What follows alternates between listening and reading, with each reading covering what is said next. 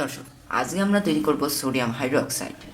এজন্য আমরা একটি বোতলের ভিতরে নর্মাল পানি নিয়ে নেব এবং এই পানির ভিতরে আমরা 3 থেকে 4 চামচ লবণ মিশিয়ে নেব। নেওয়ার পরে আপনারা যে কোনো ধাতব দুটি বস্তু ঠিক এইভাবে আপনারা লাগিয়ে দেবেন, তাহলে আপনারা সোডিয়াম হাইড্রোক্সাইড তৈরি করতে পারবেন। আমরা এটি ইলেকট্রোলাইসিসের মাধ্যমে সোডিয়াম হাইড্রোক্সাইড তৈরি করছি। আপনারা এইভাবে তৈরি করে নেওয়ার পরে আপনারা 12 ভোল্ট কিংবা 24 ভোল্ট ডিসি সাপ্লাই দিবেন।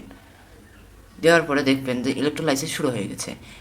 12 ভোল্টে আপনারা 2 থেকে 3 দিন একভাবে ইলেকট্রোলাইসিস করবেন, তাহলে আপনাদের সোডিয়াম হাইড্রোক্সাইড তৈরি হয়ে যাবে। আমরা আবারও দেখা করি 2 থেকে 3 দিন পরে। দর্শক, আমরা 2 দিন পরে চলে এসেছি, আমাদের সোডিয়াম হাইড্রোক্সাইড তৈরি হয়ে গেছে। এখানে আমরা এই রড পরিবর্তন করেছি এবং সোডিয়াম হাইড্রোক্সাইডের মধ্যে আমরা এই তারটি দেব এবং দেখব কী হয়।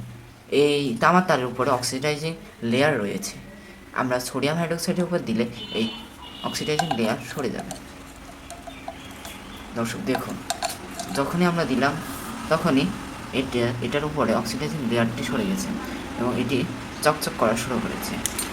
এবং আমরা যদি অ্যালুমিনিয়াম ফয়েল দিই তবে এটি কিছুক্ষণের মধ্যেই রিয়াকশন করা শুরু করে দেবে। দর্শক, ভিডিওটি ভালো লাগলে লাইক, কমেন্ট এবং সাবস্ক্রাইব করবেন। এবং এই সোডিয়াম হাইড্রোক্সাইডের পাওয়ারের পরিমাণ কম থাকায় এটি একটু দেরি লাগবে রিয়াকশন হতে।